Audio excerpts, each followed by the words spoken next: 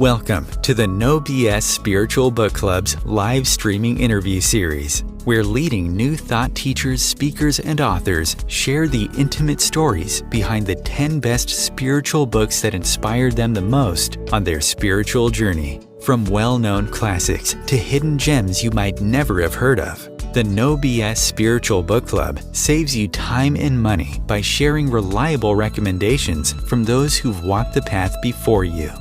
The No BS Spiritual Book Club, the only no BS guide to the best spiritual books to inspire your own journey of self-discovery. Here's your host, founder of the No BS Spiritual Book Club, Sandy Sedgbeer.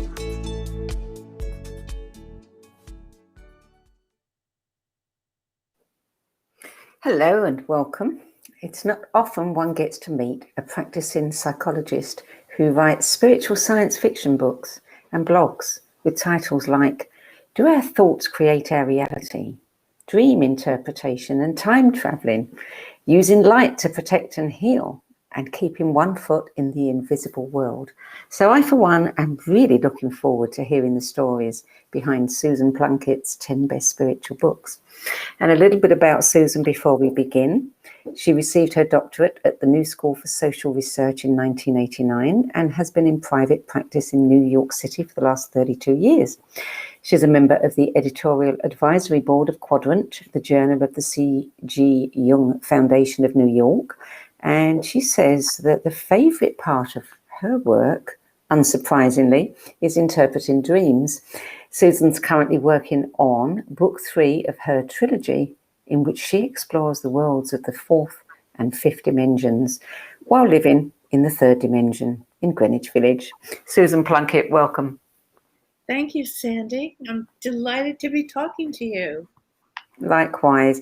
Now, you said that the process of thinking about which 10 books to choose amounted to a day spent in a kind of life review. So tell me a bit about that. Exactly. I started, I didn't walk right to my bookshelves. I started thinking about what was the first book that really shook my world and my consciousness. And it was Seth Speaks. It wasn't the first spiritual book I loved, but it really shook me up. There we go, Seth. Yeah. And I think it frightened me. And several times I had to put it down because I was in my early 20s at the time. I recently reread it at age 73, and I understand why my younger self was so shaken up, because it said things like, you're living all your lives simultaneously. Reincarnation is not spread out in a timeline. It's all happening at once. All ages, there's no time. Everything is going on at one time, and you're creating everything. As easily as you speak words, your thoughts are creating the reality you live in. And that was a mind-blowing thing to me. It was also a little mind-blowing to read about Jane Roberts, who up in Elmira, New York, was having a relationship with this disincarnate being from the Formless Realm, Seth. And I guess I was just shaken up and bowled over, and even had trouble sleeping, but couldn't leave it alone and had to read all of Seth. So those were the first ideas, that we're living all our lives simultaneously. I had always believed in reincarnation, not always, I wasn't that old, but since I was a teenager, believed in reincarnation. But I thought it happened sequentially. And now I understand that everything is happening at once. There's really no time. And the lives, we're not just us, we're part of an oversoul that's made up of our many selves. But it was an amazingly powerful thought that we're creating reality, including physical reality, according to Seth. We think it, and we have a feeling about it, and it gets created. Would you say that book turned on your light, or would you say the light was glimmering before that? I think it turned on my light. I think I was, a naive girl in my 20s. I, used the I Ching as a teenager, and I read the tarot cards as a teenager, but, I didn't know what I was doing. That book, shook my foundation. How did you come across it? I have no idea. I think I went into a bookstore in Greenwich Village on 8th Street. There used to be this wonderful bookstore called the 8th Street Bookstore.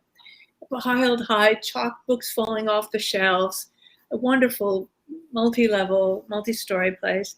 And I was always rummaging around in there.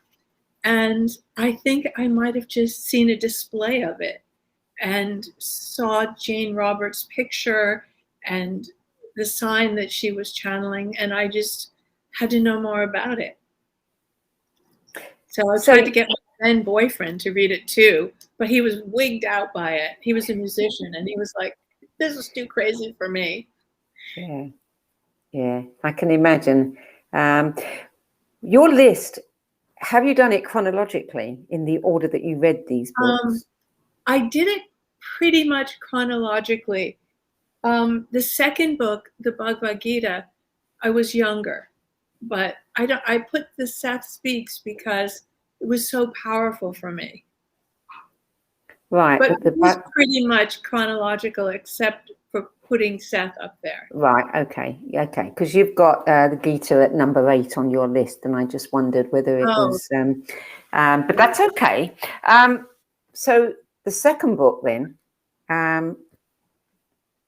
Nature, Ralph Waldo Emerson. What was it about that book? I mean, did that blow your mind, or did it just give you a little bit more, evidence? It stimulated me and excited me. It wasn't mind-blowing like the Seth book would later be, but I was taking a college course on transcendentalism because at that time I was an English major. And I had a wonderful professor, and Dr. Bird, an older man. He was probably the age I am now, but I was 18 or 19 at the time. And I remember reading it in my college bed, as I used to read everything in bed with a pen, and getting so excited about it, just getting so excited that the divine was in every tree, that the divine was in every leaf, that everything was alive with spirit, not just alive with its roots and everything, but was alive with spirit. So that idea didn't frighten me the way Seth did. It excited me, and I had to write a paper on it. And I was, longhand, and then pecking it out on a typewriter back then. And I was so excited to write that paper. I couldn't scribble, with my pencil and my yellow pad fast enough to talk about these ideas that Emerson was. And then I came to just love Emerson because he was a great journaler, and you could just look into his mind. But it was the idea of everything vibrating and being alive that I just loved so much from this little book. Was your paper about how the book affected you? No, the paper was about Emerson's ideas about nature. And I hadn't thought of nature that way, even though I grew up in the country. I grew up in upstate New York outside of a little town called Woodstock. And so I lived on a mountain called Bostock Mountain. And so I was always in nature and I loved every season, and I loved the change, but I hadn't thought of it as the divine, in every sparrow that falls, and the divine feeling every sparrow that falls, because it is every sparrow that falls.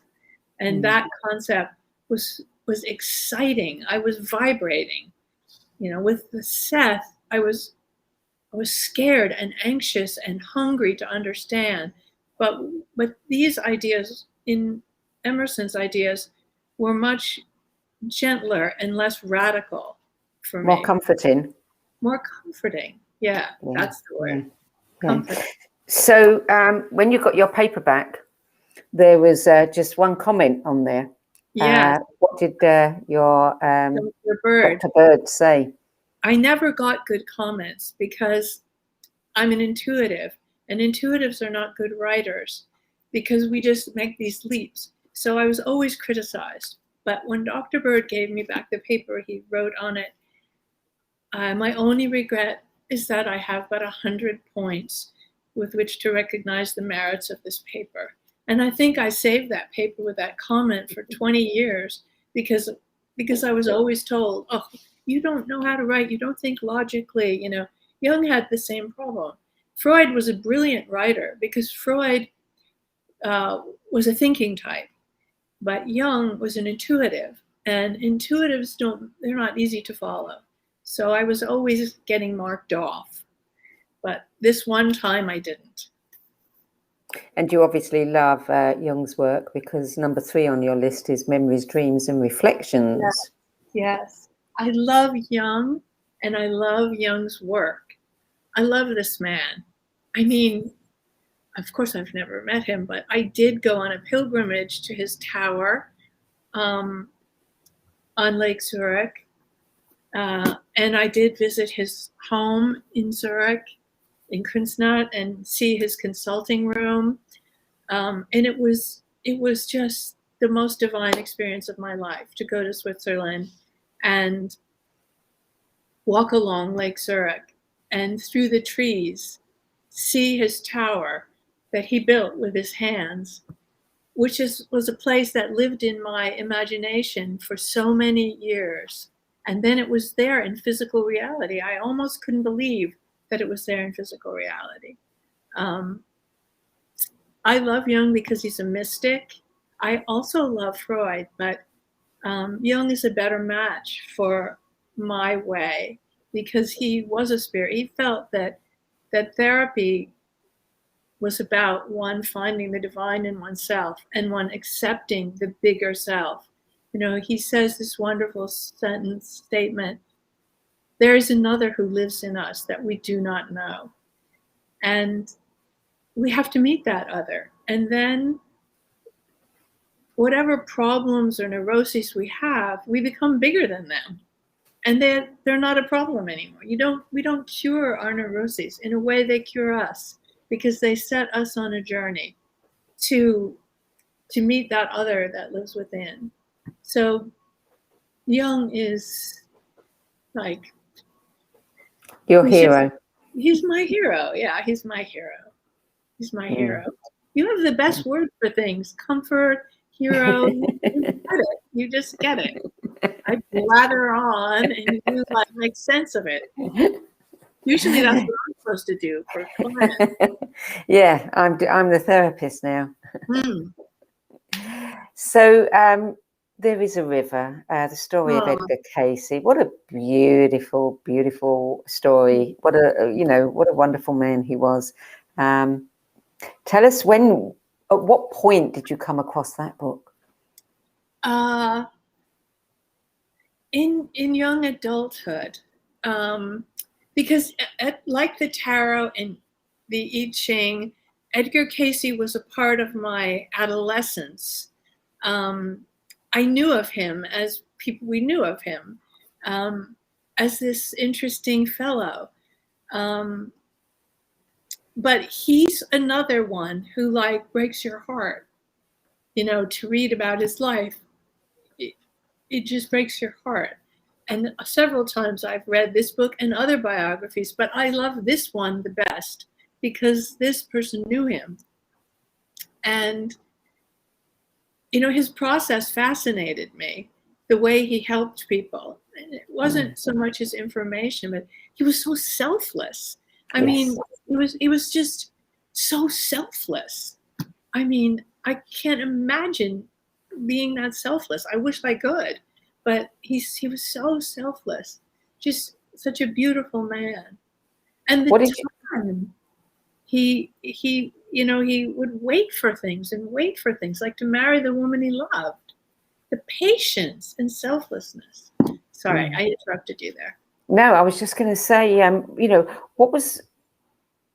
what did you take from that book? I mean, that we humans have the ability to contact other dimensions, other realities, and receive information from the formless realm.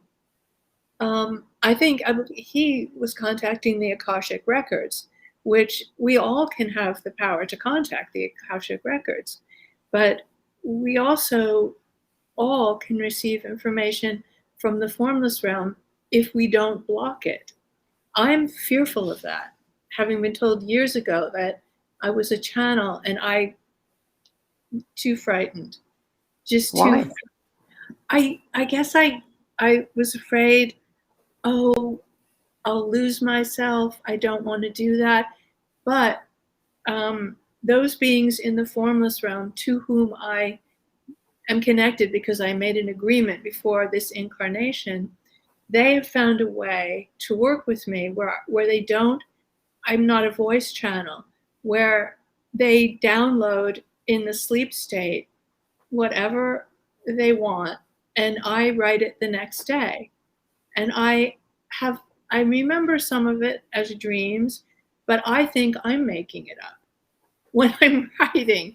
But this shaman that I work with, this Australian daughter of an Aborigine, she said, "You're not making up anything. You're just a scribe.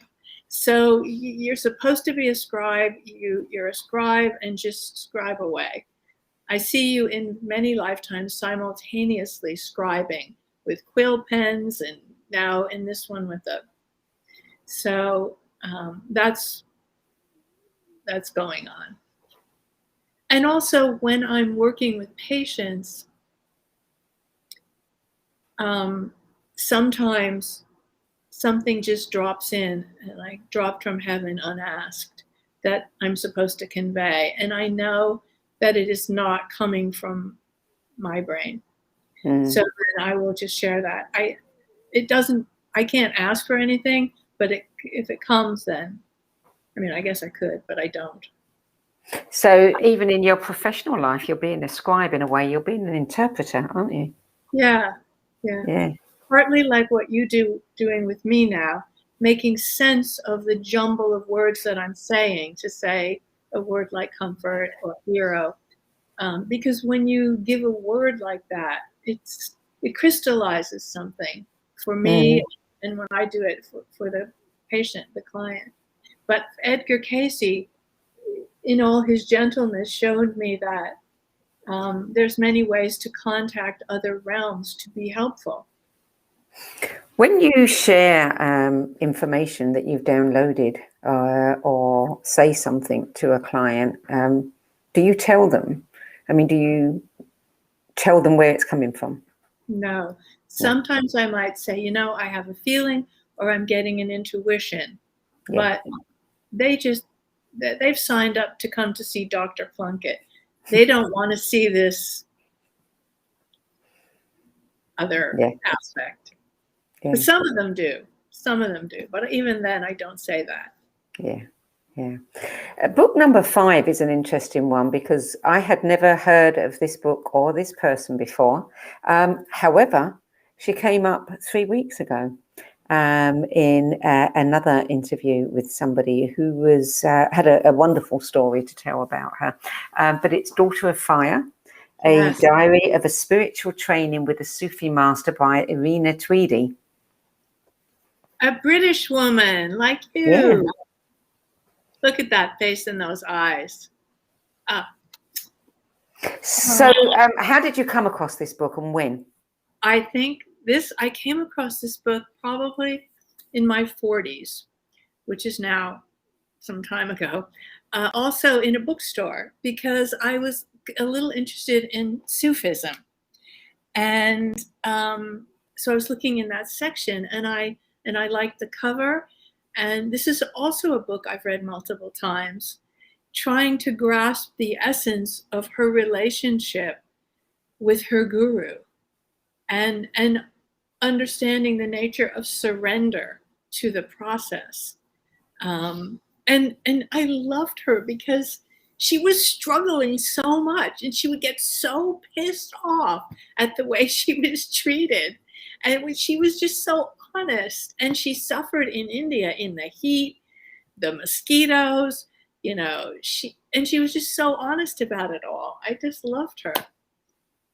And so what happened to her in the end? She went back triumphed? to yeah. Oh, she did. She triumphed.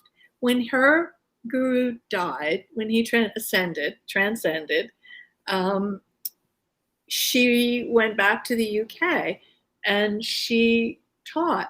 But as she wrote this book, she understood everything she'd been through. And he told her she was going to write the book. He told her she should do it, and she went, she was like me when I was first told that I had to be a scribe. No, I'm not doing it. Just like you. No, I'm not going to do this book. No, I'm not going to do it. So she was fussing about it, but then she did it, and everything pulled together. What story did you hear about her? Well, this gentleman who probably one of the most dedicated readers, seekers of information, of truth that I've ever come across. And I mean, he would read, volumes of the most esoteric, hard to understand. And he was reading her book, and he had I think he was trying to rush it. And then one day he was in a coffee bar and he was ordering some coffee, and there was a little old lady standing there, and he kind of went to move across her to get something, and she turned around and looked at him and said, "Will you stop rushing me?" And he said she looked just like her. And it was only later that he thought it was her. It was a message saying, "Don't rush me," and he went back to the book and took his time with it and found it to be well worth reading. Yeah. No, it's wonderful. It's to be savored. It's to be savored. It's big. It's like a big book. But. Yeah.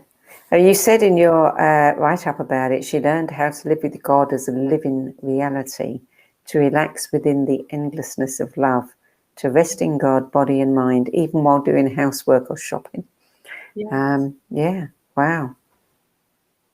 So what do you think, what was the big takeaway from that book, beyond admiring her tenacity and her, ability to just stick with it? What was the big takeaway for you? That the divine lives within us as us. The divine lives within us as us. And that is just such an empowering thought, that the divine isn't out there somewhere, just in the trees in the sky. The divine is in every heart that beats. Everything. Every atom of everything, Because everything is made of atoms, and every atom is divine. Yeah. That became clear. So book number 6, Florence Scoville Shin, Reader, Her Ageless Wisdom for Today. It's definitely a woman ahead of her time. Yeah. I think it was a patient who first told me that I should, because said, Susan, you sound so much like Florence Scoville Shin. And I said, who's Florence Scoville Shin? And the patient told me, and she said, you really should read her. And so I got her book. And that was probably 20 some years ago that I read her book. And now the same ideas that she is talking about are very popular by this motivational speaker, Abraham, who Esther Hicks. Esther Hicks, right, channels Abraham. And Esther and Abraham say the same things that Florence was saying in the 1930s. And I did, at the patient's suggestion, read it, and then I got her Florence, Scoville, Shin cards, so you can just pick a card every day. But it's basically the law of attraction. It's basically take responsibility for what you're creating. The words you speak become the house you live in. Yeah. And you're creating reality with your thoughts. It's interesting how the same information, I mean, it's all fundamental, you know, so it's going to turn up again and again. We have to hear it in so many different ways before some of us get it. No, and I'm grateful for all of these different ways of hearing it. Yeah. So book number 7 was Heaven and Hell by Manuel Swedenborg. Yes. Here he is. This is a little esoteric. This is a thick book too. This was a little hard going, but the main takeaway for me from him is happiness is within only. We are totally responsible for our state and our happiness. We don't need to look anywhere outside of us because we're creating it. And we can summon angels, and as did Blake, and talk to angels. And he's writing in the 1700s, making the point that you're just making. He was telling people of his time what we're saying now, what Florence was saying in the 30s, and Abraham is saying now. So I wrote down, and I've had this book so long that it has bite marks from a cat that's been dead for 20 years. Because that one cat used to chew all my books. Not just that one. No, chewed the corners on all my books. Yeah. He always One of the things that you said in your review of this one was that he writes about how modern man, and he's talking about modern man in the 1700s, had lost touch with his inner senses and focused too much on outer reality. Nothing changes. Nothing changes. Jung was saying that at the turn of the century, into this century. And he was saying it in the 1700s. Yeah. What do you think it's going to take?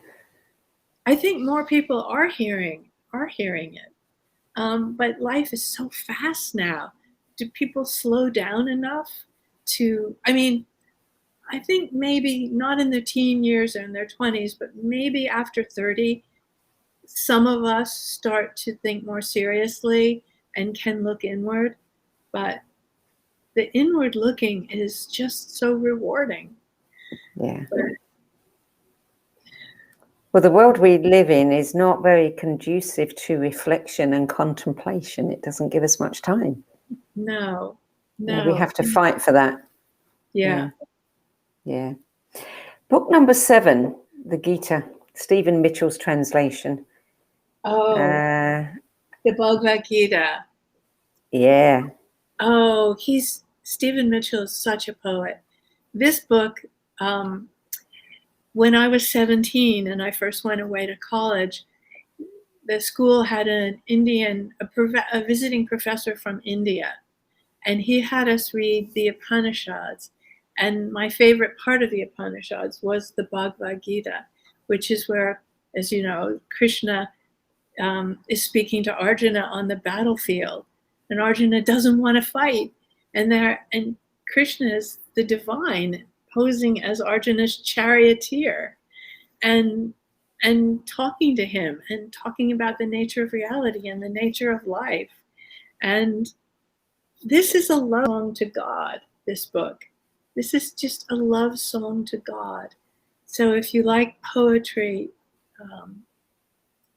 and you want great wisdom about how the divine resides, again, the same message within each of us, then the Bhagavad Gita is so worth. I think I quoted to you, and I will just say, when Krishna is describing the divine, he says, I am the taste in water, the light in the moon and sun.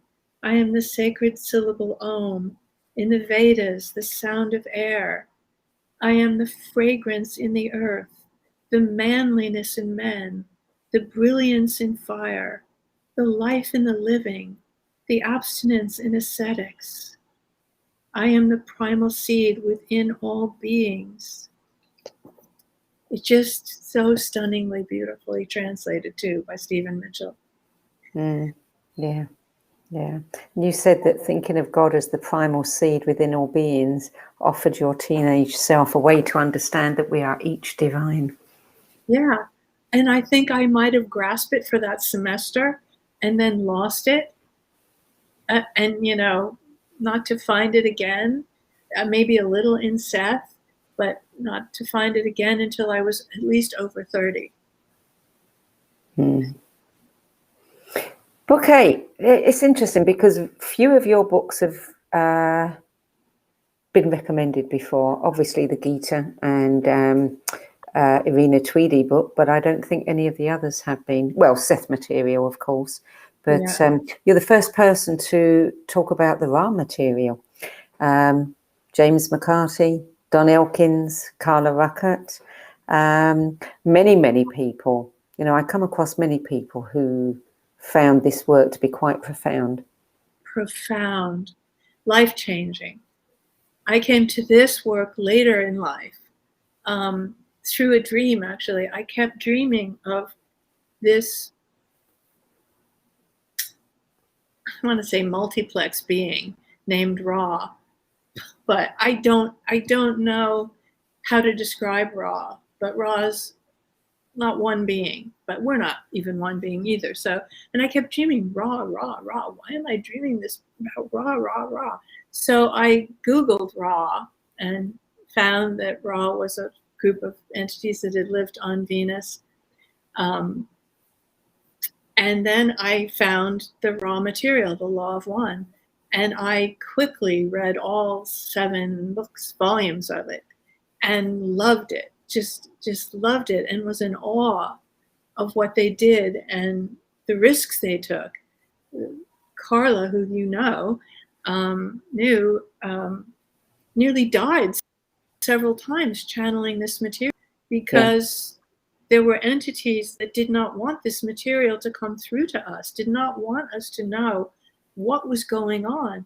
More than any other book I've ever read, this gave me a framework for what could be happening on Earth, possibly on other planets too, but definitely, like, when you start asking the question, as I did to my first grade teacher, Miss McGinnis, when I was supposed to be adding numbers and I was looking out the window, she said, "What are you doing?" I said, "You're not doing this," as she would walk up and down the rows. I said, I'm thinking, I'm trying to understand what we're all doing here. And she crushed me. She said, "Aren't you Christian?" And I had no idea as a 6-year-old what that could have to do with what I was asking, because I was asking her something really important, not something about where I went on Sunday, which was meaningless to me. For that question, I got my desk moved away from the window to the bulletin board side of the room. But I know that I was asking that question from a very little girl. And this book answered that question in a way that even knowing that we're all divine didn't answer it, because the Raw material lays out a kind of a program and a path for ascension and what we have to do to move from one dimension to another. And it was so comforting. It was totally comforting. You know, Freud said the 2 great fears, you know, are fear of other people and fear of death. After you read the Raw material, if you really understand it, you're never afraid of death again. So I think, you know, I'm just amazed at what Carla did and the risks she took. And what was, you knew her. What was she like? I did know her. And at the time, I hadn't studied her work. So I really didn't know the significance. I just met her through somebody. I was living in the area where she lived at the time, and we became lunch companions. I used to go to her house and attend some of her channeling sessions. And we used to go out to lunch together. She was, I probably didn't take as much advantage as I, wish I had now, because the conversations that we could have had, I don't think I was prepared for at that time. But I really enjoyed her company, and I was very sad when she passed. Yeah. But she was very dedicated to this work, very dedicated. Yeah. The whole team was. In fact, one of the team may actually have died because at dawn, may have died, it might have driven him crazy. Yes, she did. She did intimate that. Yeah, because since they couldn't kill her, they wanted to get him, or they wanted to get one of them, but primarily Carla or Dawn, and I guess they did get Dawn. Mm-hmm. Yeah. You say that this book, this body of work, affected your own writing, and Ra's ideas underpin your own trilogy. Yes. Especially the first book, which is Mission from Venus, which is where beings from around the universe are, a call goes out across the universe, asking higher dimensional beings to come and train for a mission to Earth, to incarnate as human, because according to the raw material which Carla channeled, interference is not really allowed on our planet. There's a quarantine around Earth, which was put there after people from Mars were brought here and genetically altered because they were too warlike. And the Council of Nine, this is everything I'm telling you now is information Carla channeled from Ra. The Council of Nine, responsible for Earth, determined that there shouldn't be interference with our genes after they interfered with the Martians. So a quarantine was put around. And so the only way to legitimately come to Earth to be of help is to incarnate as a human baby and grow up, and then wake up and remember that you're a higher dimensional being. But it's very hard to wake up in this dimension because, as Seth is always saying, we're so focused on external reality. And we think it's so real. It's not real. We're just creating it, but we think it's real, so that it's so compelling, this reality we create with our thoughts, that we don't look within much and realize who we really are. So I'm using that basic understanding of what's going on, and I have this group of wanderers. They incarnate on Earth as human infants, and I'm following 8 of them as they grow up, find one another again, and wake up. Because if you don't wake up, if you're a higher dimensional being that incarnates here and you don't wake up, then you're stuck here. You have to keep incarnating as a human again and again, and you lose all your higher dimensional abilities. So Ra forms sort of the underpinning of my story. What Ra says, what Carla said. In fact, in one of the last books, Carla, Dawn, and Jim reveal that they are wanderers. They were wanderers from higher dimension, because Ra has told them that they are. And there are, according to Ra, millions of higher dimensional beings incarnate now on Earth. And Ra named in the work that Carla channeled some beings from the past who were wanderers. Benjamin Franklin, for example, was a wanderer. Tesla was a wanderer, to name a few. I forget who else they talked about, but they don't remember that once they pass through the veil of forgetting. We don't know who we were.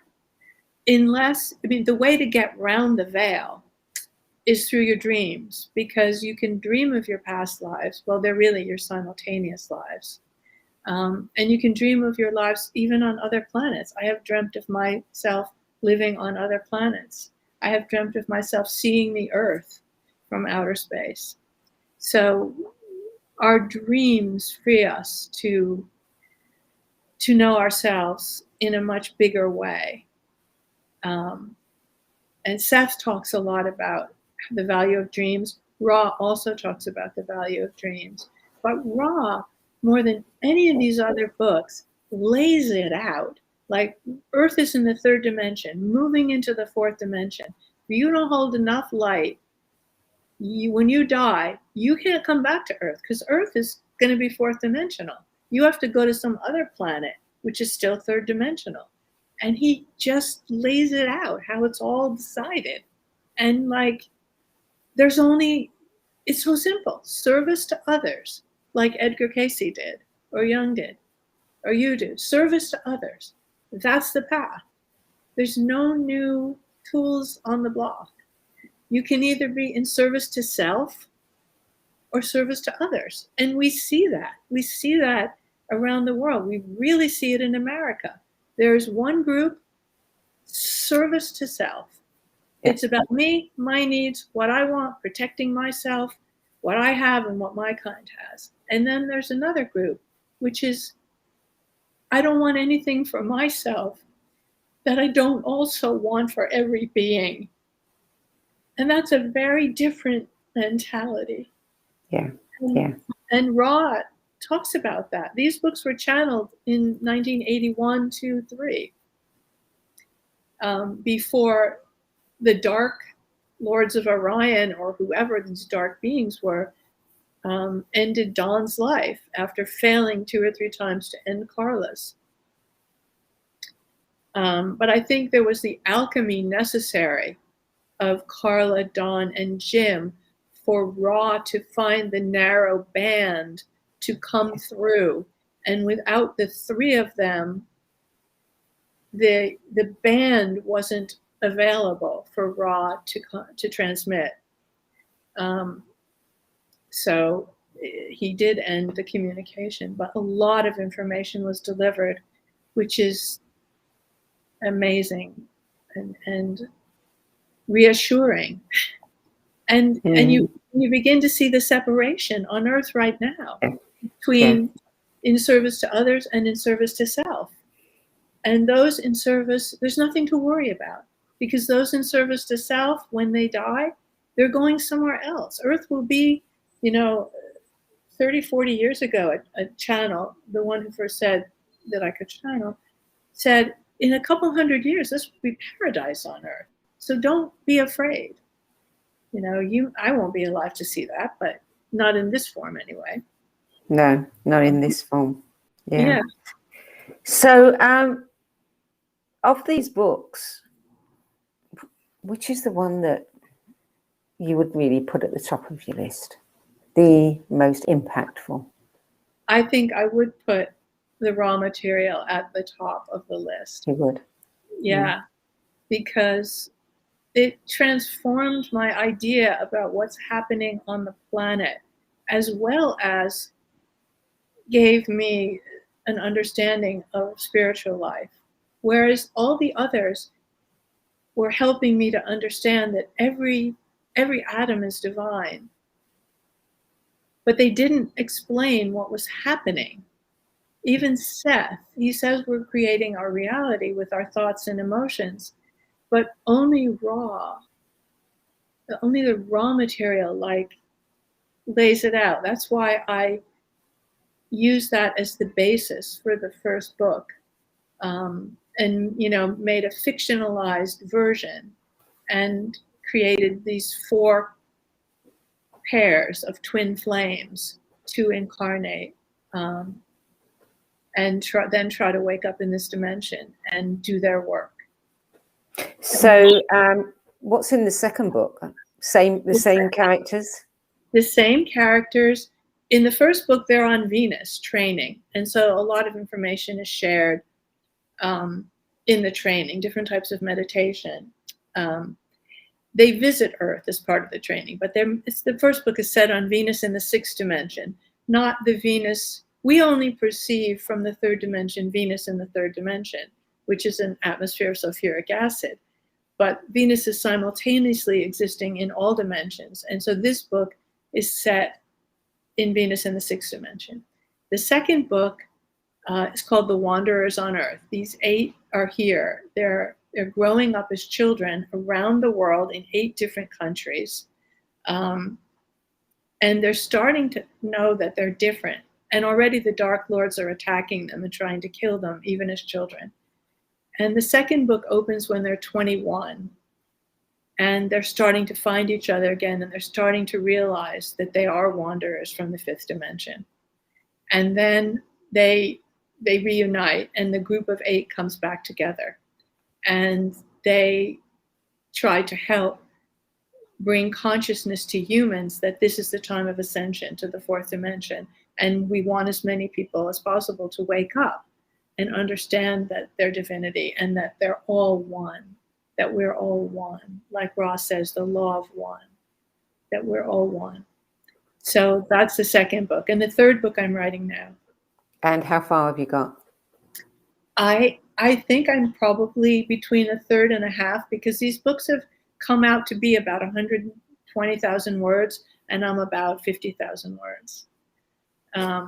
And I don't know how long it will be or what's coming, because I wait until I dream something and then I write. And, it doesn't happen every day, but many days in a row. And then there seems to be a break and then resumes. So how long have you been writing these?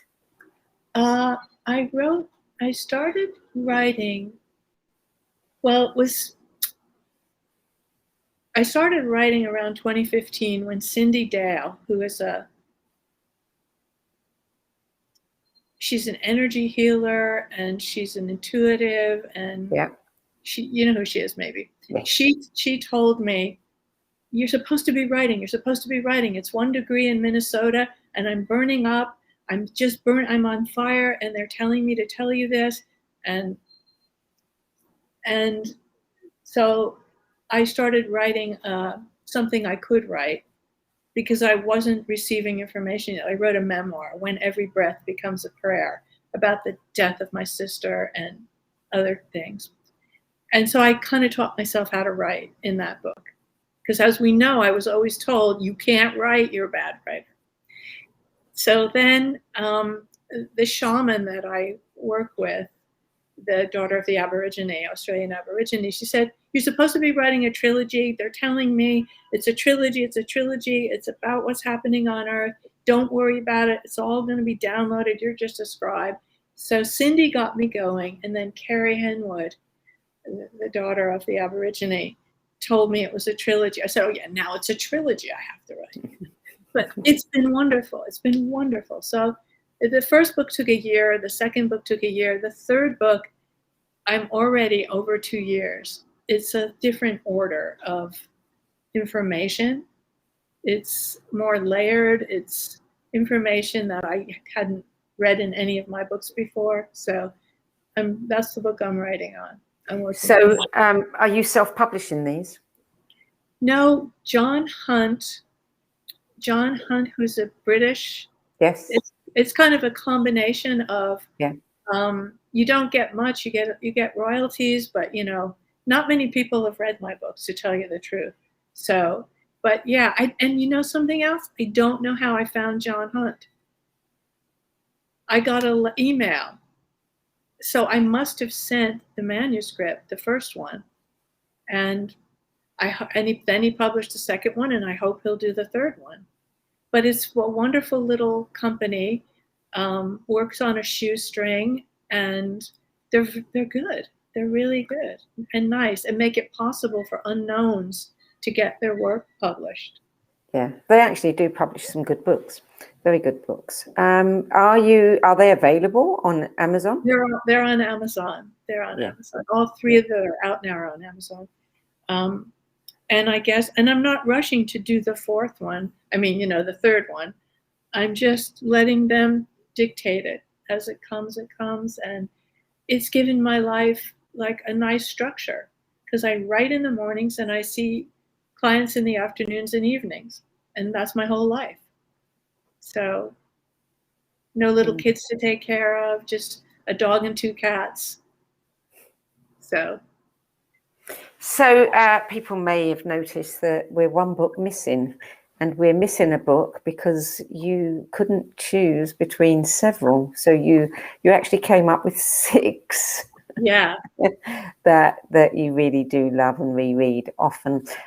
We'll just skate through these ones because we don't have the time to talk about them all. But there was Letters to a Young Poet by Rilke, yes. The Essential Rumi, War and Peace, The Collected Works, Jung, Cosmos, Carl Sagan, and A Writer's Diary, Virginia Woolf. Yeah. Interesting collection there. So if I pinned you against the wall and said pick one, what would it be? There was I knew it when you said them. Essential Rumi? No, it wasn't Essential Rumi. Letters to a Young Poet? No, but I could make a case for any of them. Cosmos? Cosmos was wonderful, but I'm sorry. A Writer's Diary, The Collected Works, Jung, or War and Peace? War and Peace. Really? War and Peace. Tolstoy, another hero. He said, everything I know because of love. And I just love that man. I love his writing. I find his writing so beautiful. But I find that sentiment in page after page. I didn't care about all the military descriptions, but the characters and the depth of their being. He elevates humans to a potential that's very beautiful, and his attention to the detail in character is so beautiful. I mean, I could make a case for any of them, but I love Tolstoy. I love Anna Karenina also. But War and Peace I could read once a year. So that's the first fiction book in your list of favorites. Yeah. Have you learned anything about writing from that book? Probably I haven't been able to use what I've learned, because when you're writing about higher dimensional beings, it's hard to develop their character because they're supposed to be so good. Because Tolstoy has the most beautiful character descriptions. He has all the Jungian archetypes, in his characters. So if I were ever going to write a novel, I would want to write the way Virginia Woolf and Tolstoy write. But that's a challenge when you're writing spiritual fiction like I'm writing, because how do you make the characters interesting and compelling when they're higher dimensional beings and they're supposed to just be good? Well, I do have bad guys, but the bad guys are so bad and the good guys are so good that everybody's kind of a little one-dimensional. So, Well, the advice to writers of fiction is make sure your characters are 3-dimensional, but in your case, they're not. They're 6-dimensional. Yeah, true. Yeah. True. So how do you give them their own identities and personalities? Well, I think I didn't do too well in the first book, although here's a secret of something that I did. I love this show, Downton Abbey. And some of the women, the twin flame women, I modeled after those personalities, like giving them, like, for example, the character Rose they're very similar to Sona because she's exuberant and like, whoa, and full of love. And then Mary's a little prickly, and so Mary's kind of Maplita, Rose is kind of Sonam, Edera is a little like Edith. So or sometimes I'll think of an actor that I would like to play the part if it was a movie, and then I think of characteristics of them and try to formulate that a little, just so that people can see the character, because fifth dimensional beings are made of light. And they're not usually jealous, and they're not motivated by greed and all the things that make, some fiction juicy. A good story, yeah. Yeah, make a good story. Yeah, so I kind of, how do I make my story interesting? Yeah. What do you think, you've talked about this book as if it's channeled material. What do you think the point is? Somebody's trying to make a point. Somebody's trying to continue this information. Yeah. According to the shaman, she said that I made an agreement in the formless realm. I sat in some council with other beings in the formless realm and agreed to be a scribe, because I wouldn't remember anything when I incarnated, but that I agreed to be the scribe for them. And it's the same message that we've talked about in all these books. We are all one. We are all divine. We are each creating our reality. The words you speak become the house you live in. That's Rumi. But that's really Seth. That's all of them. The thought, but I would go further. I would say the thoughts you think become the house you live in. That's Abraham. Yeah. So Rumi said, the words you say become the house you live in. But it's really the thoughts you think. So that's the message of this trilogy. We're all one. We're all divine. You're creating your reality. There's no one to blame. No one's a victim. You're living many lives simultaneously. Wake up. Wake up. Wake up. A message that everyone gets, not a new message. I'm receiving the same message as everyone, just one more vehicle, except that the shaman also said, maybe after your death, your books will be more widely read, because it takes time. I'm reading books of Swedenborg was in the 1700s, and I read his book in the 2000s. Yeah, absolutely. Yeah. So what are you reading now? What am I reading now? I'm reading one of the books one of your authors recommended. That's the problem with watching your show. Believe me, I've got a list this high. Yeah, I start going and ordering the books. I can get it's over on the other side of the room. I can go get it and show it. I forget the title, but it's one of your people's books. That's the only thing I've been reading lately, is what I order after. Well, now I have to know. Go and get it. Okay. Oh, shoot. Where did I put it? No, it isn't on the other side of the room. I stuck it back in the shelf, I think. Oh. It was sitting there, and I was tidying up. Now, there's a cliffhanger for you.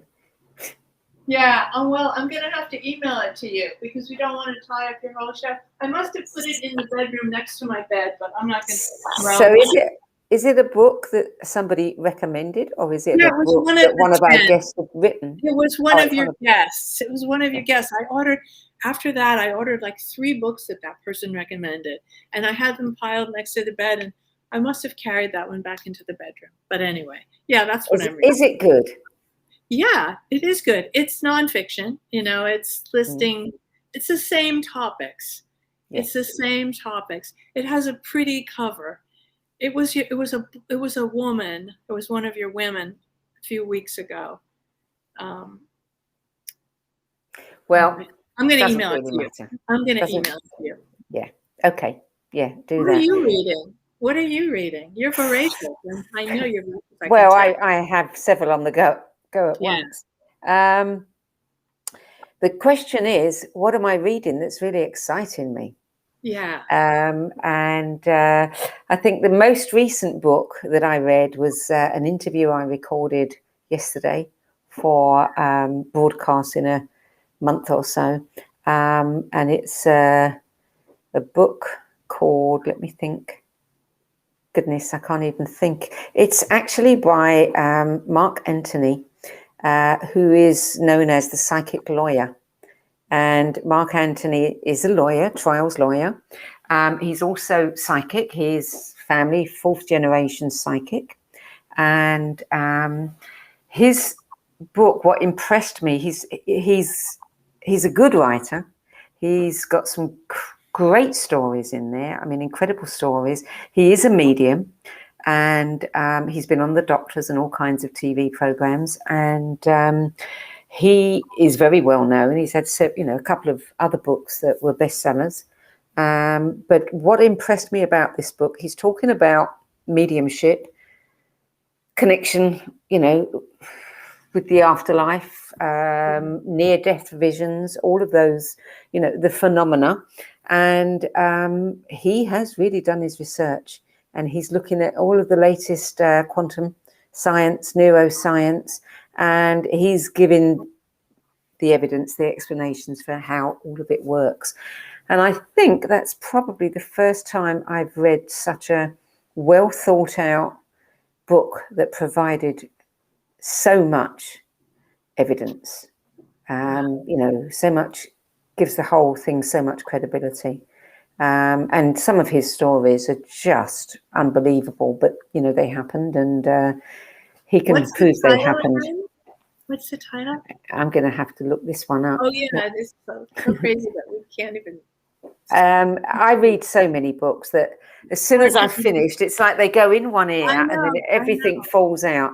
If you'll bear with me one moment, I'll have a look on my computer and I'll tell you what the book is called. It's called The Afterlife Frequency. The Afterlife Frequency. I'm going to have to and that's basically, what he's talking about is that it literally is a different frequency, and that is what people who are communicating are able to tap into. All the realities are all piled up on each other. It's just a different frequency. The Afterlife Frequency. The Afterlife Frequency. Now I have to read that one too. Oh, I would recommend. Oh, it's not actually out until October, but October. It is a book. October. You can pre-order it online. Here I am doing a great advertisement for Mark Antony. But yeah, I mean, there are some. I read a lot of books because I'm doing a lot of interviews, and I tend these days only to do interviews with people that interest me. So the books interest me, but there are those standout few that really become, they become my bookworms because I want to tell everybody about them, because I think they have a lot to offer people, a great deal to offer. And I think that one certainly does for anybody who kind of half believes but isn't sure. It's very compelling evidence that you can't argue with. Thank God for quantum science and neuroscience. It's showing us so much. Yeah. Frequency is where it's at. Frequencies. Well, it's everything. It's everything. Yeah. Well, Susan, it's been delightful to talk to you about your 10 best spiritual books and about your own journey. Yes. And where can people find out more, and where can they, read about your books? My books are available on Amazon, BarnesandNoble.com. I don't know. Maybe other places. Do you mention them on your website?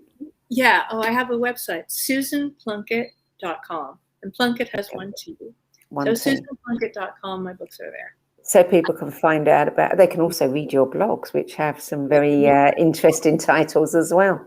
Yeah. Cool. Thank you so much, Sandy. Thank you, Susan. I love talking to you. And I'm going to get this book. Good. Let me know what you think of it. Yeah. After October.